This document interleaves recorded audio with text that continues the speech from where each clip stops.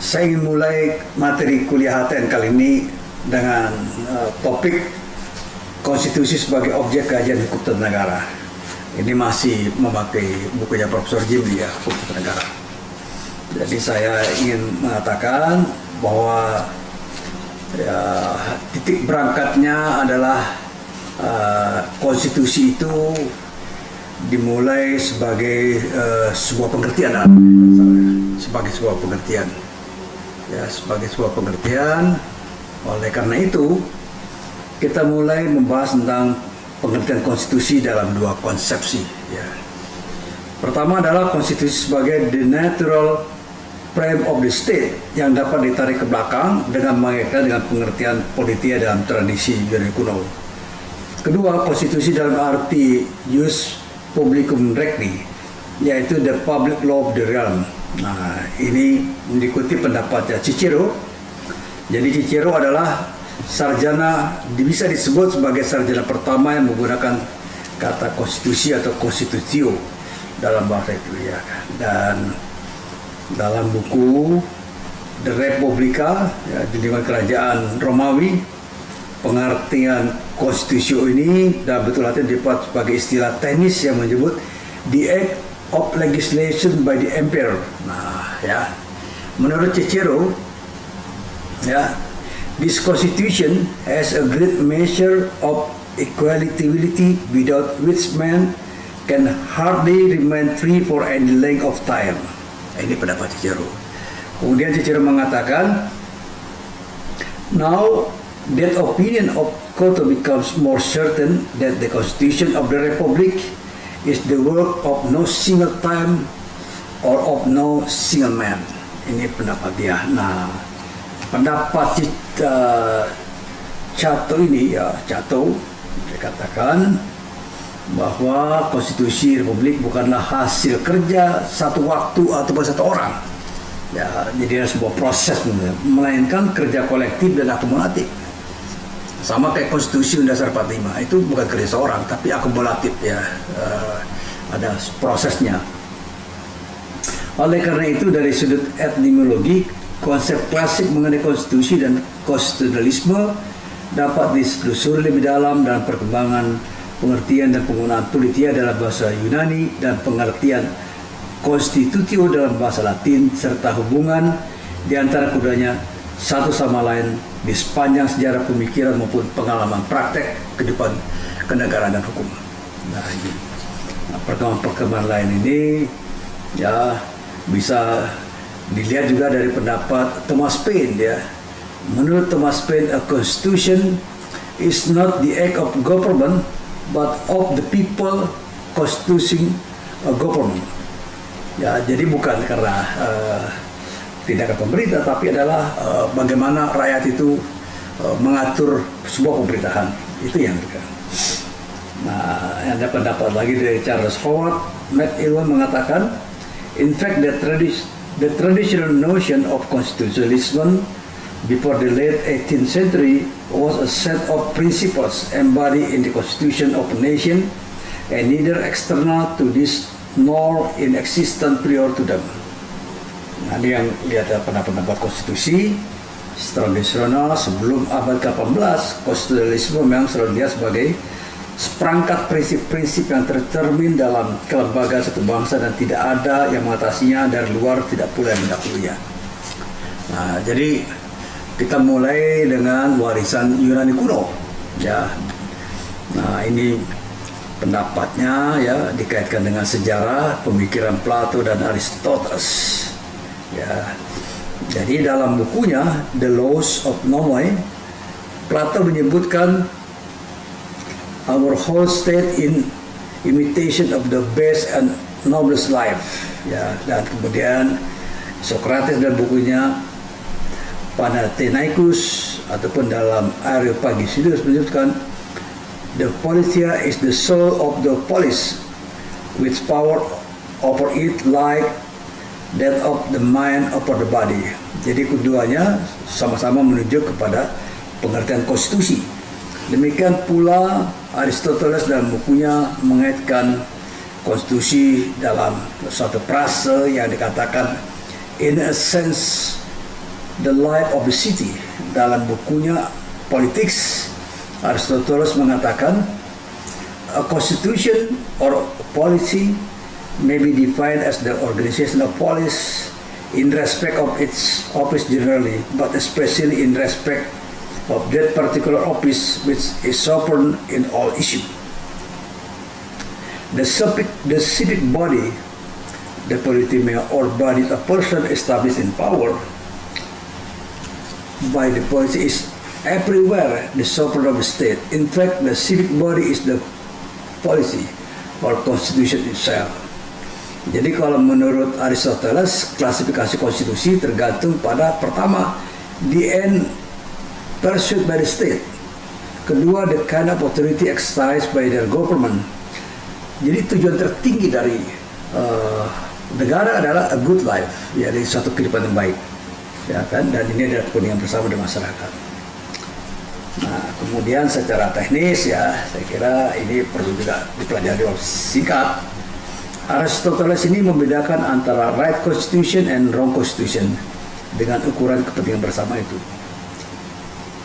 Jika konstitusi diarahkan untuk tujuan mewujudkan kepentingan bersama, konstitusi sebagai konstitusi yang benar. Jadi syaratnya adalah konstitusi sebagai tujuan bersama.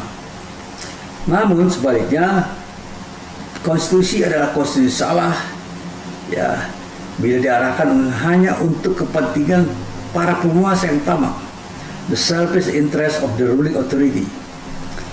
Dan konstitusi yang baik adalah konstitusi yang normal, sedangkan yang tidak baik disebut juga oleh Aristoteles sebagai konstitusi normal. Ukuran baik buruknya normal tidaknya konstitusi baginya terletak pada prinsip bahwa political rule by virtue of its specific nature is essentially for the benefit of the rule. Jadi harus ada kepentingan orang yang diperintah. Nah, ini yang saya harus inikan. Dan kemudian Plato ini, ya kan, dipersoalkan apakah dia berpaham serba mutlak atau seorang konstitusionalis. Ya, jadi ini perkembangan ini bisa dilihat dalam karya Plato, ya, Tambaran Republik dan kemudian Nomoi, ya. Jadi buku-buku seperti ini sangat penting, dan kemudian saya kira sudah ada terjemahan dalam bahasa Inggris. Jadi kita tidak perlu lagi membaca dalam bahasa Latin atau Yunani. Nah, ada juga cerita menarik tentang Aristoteles, ya, yang berada dalam posisi memberikan nasihat kepada sang tiran mengenai bagaimana memperpanjang tipe kekuasaan, type of government yang diakui sebagai kekuasaan yang paling menindas di dunia. Jadi ini yang kadang-kadang ya pelayan kekuasaan, ya. Dan pemikiran filsafat Yunani kuno yang dibawa oleh kawan belum bayangkan hukum sebagai sesuatu berada di luar pengertian polisi. Jadi dia masih kaitkan dengan polisi. Ini yang sejarah-sejarah ini. Dan kemudian kita bisa lihat juga dalam warisan Romawi kuno yang direpresentasi oleh Cicero, ya.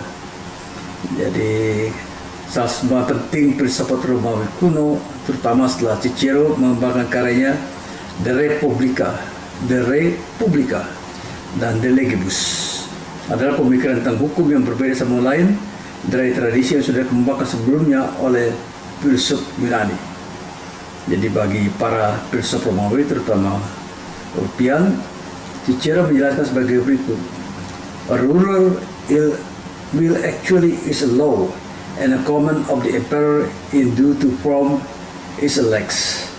Any imperial constitution, like a senatus consultum, should have the place of the lex legis pisum obtidet, because the emperor himself received his imperium by virtue of leg per legum. Dan perkataan lain jelas bahwa lex ini dipakai menjadi kata kunci untuk memahami konsepsi politik dan hukum di zaman Romawi kuno, sebagaimana disampaikan oleh Gauss, ya, pada abad kedua. Lex is what the people orders and has established. Setelah 4 abad kemudian, lex definisikan sebagai what the Roman people was accustomed to establish when initiated by a senatorial magistrate such as consul. Ya, seperti itu, ya. Jadi penggunaan kata lex ini lebih luas cakupannya daripada leges yang punya arti lebih sempit. Kemudian konstitusi mulai dipahami sebagai sesuatu yang berada di luar dan bahkan di atas negara. Ya, ini yang dan kemudian para filsuf Romawi juga secara tegas membedakan dan memisahkan antara pengertian hukum publik, ius publicum, dengan hukum privat, ius privatum. Nah, suatu yang baru, ya. Ini yang berkembang. Kemudian keduanya itu dibedakan dari sudut kepentingan dipertahankan. Hukum publik membela kepentingan umum yang tercermin dalam kepentingan negara, the civitas, sedangkan hukum privat menyangkut kepentingan orang per orang, that which pertain to the utility of individuals. Namun demikian, baik kepentingan umum maupun privat sebenarnya tetap berkaitan dengan kepentingan individu tiap orang negara. Seperti dikatakan Rudolf van Iering, hak-hak publik dan hak privat tidak dapat dibedakan satu sama lain. Subjek keduanya selalu persis sama, yaitu menyangkut the natural person atau makhluk manusia. Perbedaan hakiki keduanya hanya terletak pada kenyataan bahwa private rights affect private individually exclusively, while all the individual citizens alike participate in the public. Nah, kemudian ada pemikiran politik dari Cicero, ya berpendapat bahwa there is an effect of true law, namely right person, which is accordant with nature, applies to all men, and is unchangeable and eternal. By its command, this law summons men to the performance of their duties. By its prohibition, it restrains them from doing wrong. Its command and prohibition always influence good men, but are without effect upon the bad. Jadi ini yang dikatakan oleh Cicero, ya. Jadi kesimpulan tadi pengalaman sejarah konstitusionalisme Romawi kuno ini adalah, pertama, untuk memahami konsepsi sebenarnya tentang the spirit of our constitution antecedent dalam sejarah ilmu hukum harus dipandang penting sekurang-kurangnya sama pentingnya dibandingkan dengan sekedar perbincangan perjuangan pada hukum. Kedua, ilmu pengetahuan hukum dibedakan dari hukum sangat bercorak Romawi sesuai asal usul mula pertumbuhannya. Ketiga, pusat perhatian dan prinsip pokok yang dikembangkan dalam ilmu hukum Romawi bukanlah hal the absolutism of prince bagaimana sering bayangkan oleh banyak ahli, tapi justru terletak pada doktrin kerakyatan, yaitu bahwa rakyat merupakan sumber dari semua legitimasi kewenangan politik dalam satu negara. Ya, ini yang perkembangan penting, ya kan, dan saya kira kita bisa pelajari lebih lanjut, ya.